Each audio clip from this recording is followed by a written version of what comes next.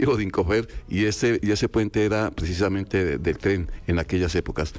Don Álvaro Bermúdez, el presidente ejecutivo, está con nosotros. Qué bueno tenerlo, don Álvaro. ¿Cómo me le va? Don Henry, Lorena, buenos días, ¿cómo están? Muy Buenos bien. días. Gusto saludarlos. ¿Y usted ese puente sí es el más largo, de verdad?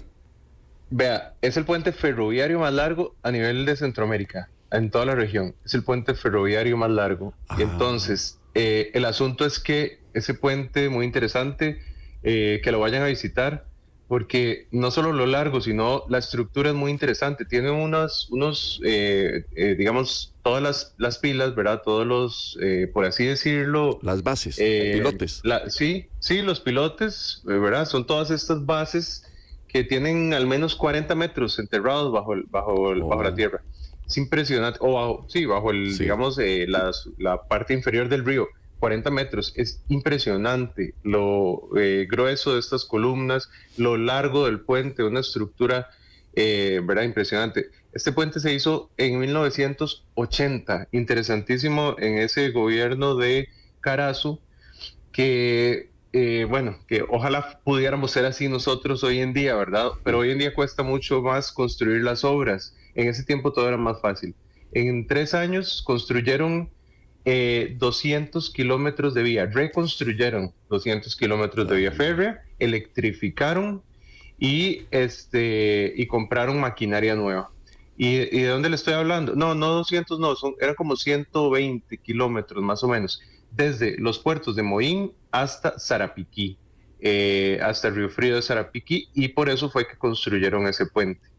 Okay. Antes de eso, pues ya existía la vía férrea hasta Sarapiquí, ¿verdad? Desde Limón hasta Sarapiquí, pero ese puente no existía. La vía férrea pasaba incluso por una parte muy cerca de la ruta 32, más al sur de este puente que le digo. Pero sí, pues ese trayecto era muy importante para sacar todo el banano de la zona de Sarapiquí hasta los puertos de Limón. Claro, me está diciendo un oyente que son 400 metros, entonces es bien largo. Señor. 400 metros. 400, más de 450, una cosa. O sea, el puente ferroviario más largo de Centroamérica. Sí, y también otro detalle importante, en los años 90, una crecida del río Chirripó, le llaman, pero también río Frío, ¿verdad? Una crecida del río se llevó el acceso este del río, entonces, del puente, ¿verdad? Entonces, teníamos el puente de 460 metros, pero el río tomó un brazo del lado este, se creó un brazo nuevo del río y se llevó la vía férrea que estaba conectada a esa parte del puente.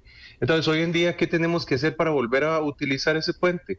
Invertir $9 millones para poder extenderlo sobre el brazo nuevo del río, porque quedó inhabilitado el puente desde el 91-92. Pero bueno, recomendado, vayan a conocerlo. Ahí llegan a Río Frío, allá, a la finca 5, allá en Sarapiquí, y lo conocen. Vale la pena que la gente lo visite. Pero entonces la pregunta es, don Álvaro, ese puente está incluido dentro del proyecto del cual queremos hablar esta mañana, porque ayer nos estaban informando sobre el proyecto del tren Huetar Atlántico, que llama la atención porque obviamente aquí estamos hablando de cómo reconfigurar toda esa zona para el tránsito de trailers permanentemente por la Ruta 32, la forma de sacar los productos de Limón y llevarlos, por ejemplo, hasta San Carlos sin pasar por el Valle Central. Esa es la idea general. Ubíquenos un poco en cuál es la idea que se tiene con ese tren Huetar.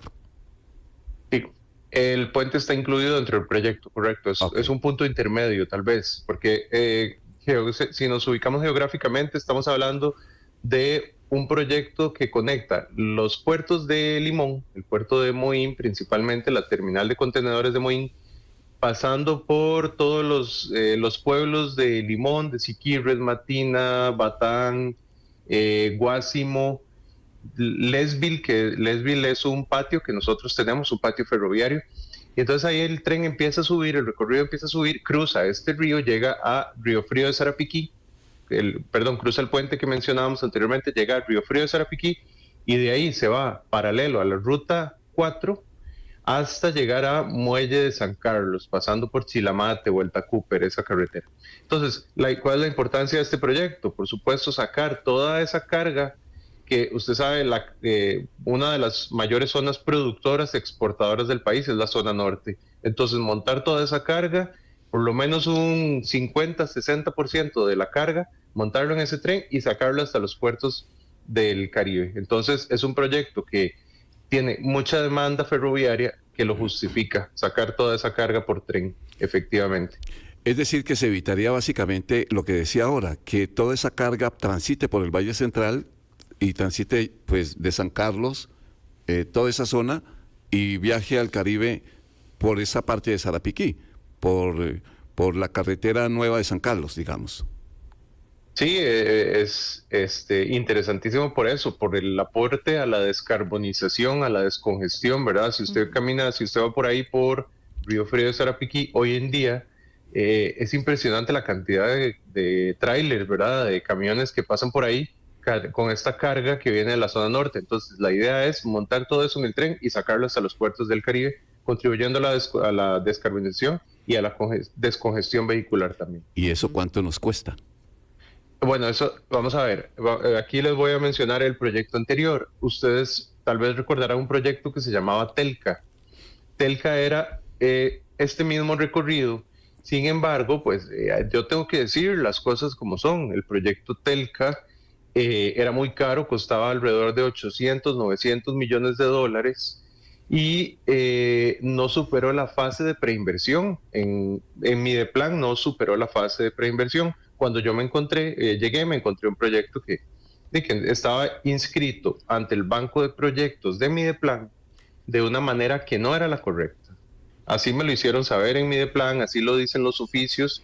Nosotros tuvimos que desinscribir el proyecto y volver a inscribirlo.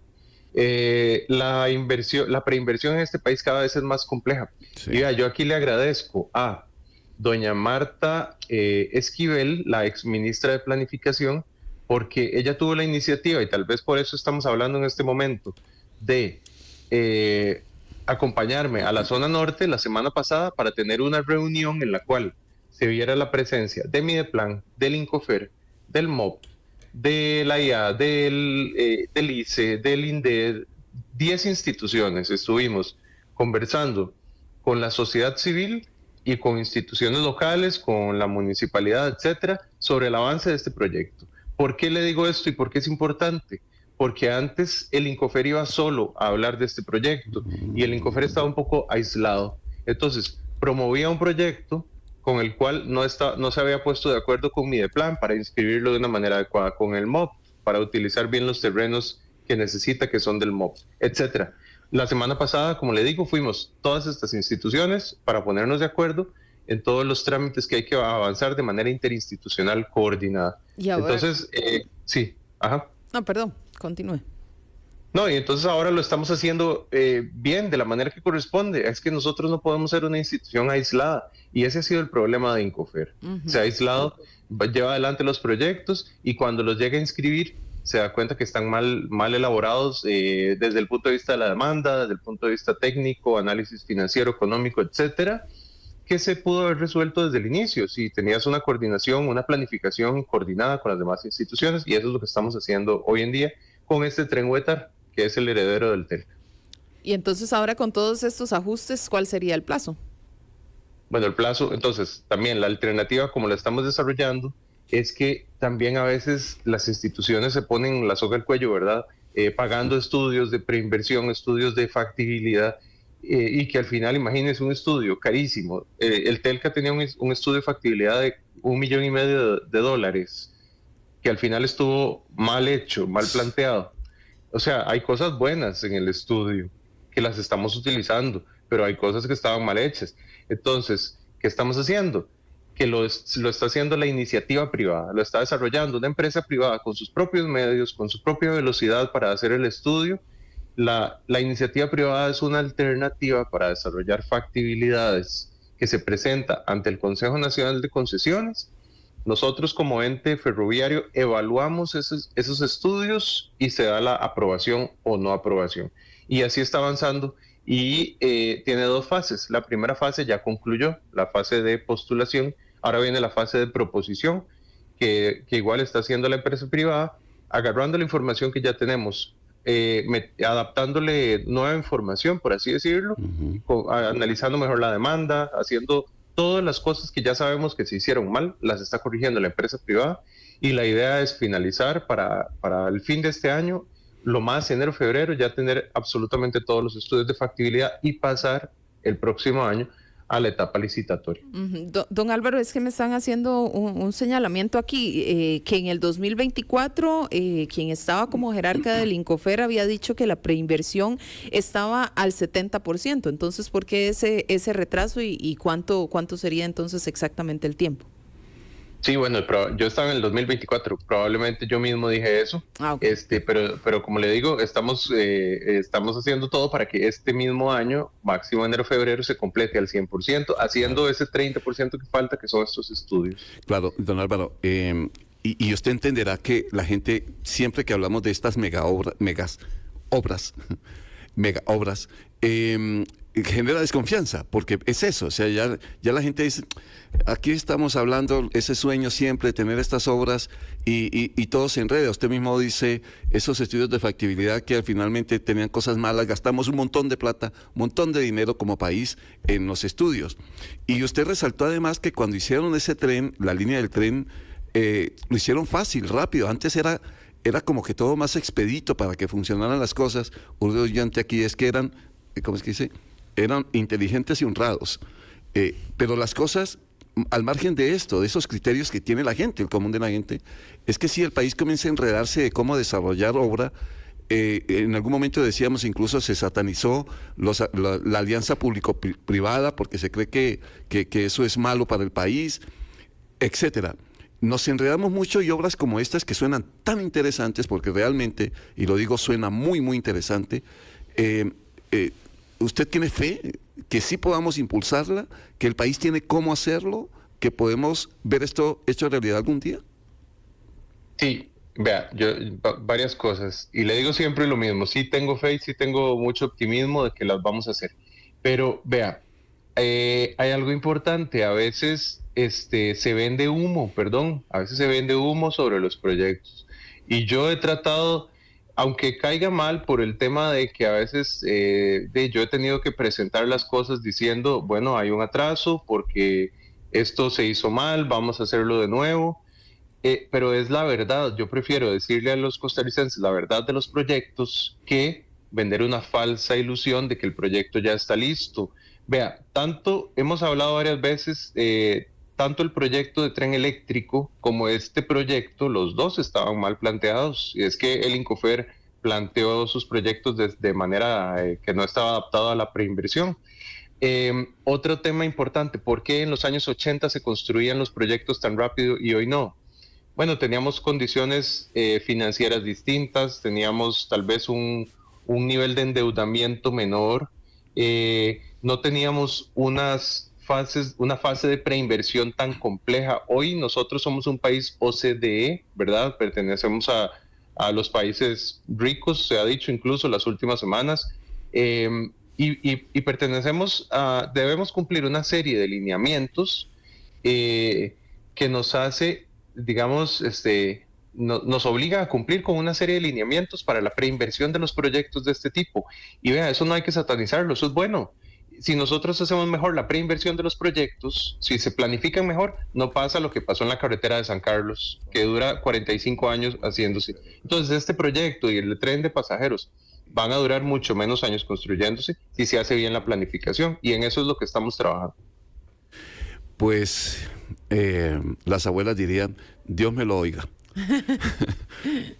Porque realmente se necesita, cada vez que tenemos más posibilidades de intercambiar con países, de los negocios con otros países, de ver nuestras carreteras llenas de trailers con mercadería, del funcionamiento de los puertos, de la competencia en los puertos, hacer obra para que eso se desarrolle tiene que ser bienvenido por el país, se necesita, el país lo requiere. Si queremos crecer, tenemos que desarrollar la manera o buscar la manera de que sea más ágil el transporte de la carga, las vías. La ruta 32 se cierra y hasta ahí se bloqueó el sistema nuestro de transporte, de carga, etcétera.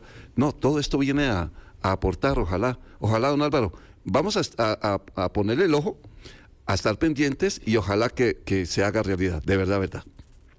Don Henry, yo tal vez para decirle al oyente, al televidente, nosotros también somos inteligentes y honestos. Créame que estamos haciendo lo mejor por el país, créame que estamos totalmente comprometidos con estos proyectos, pero hay que hacerlos bien. Estamos amarrados a un contexto y por eso es que estamos en conjunto con Mideplan, con el MOP, etcétera, haciendo bien el proyecto y no como antes, que se hacía de manera aislada solamente desde el Incofer, pensando que era una isla. Don Álvaro, que me le vaya muy bien y muchas gracias por atendernos. Con mucho gusto. Buen día. Álvaro Bermúdez, presidente ejecutivo.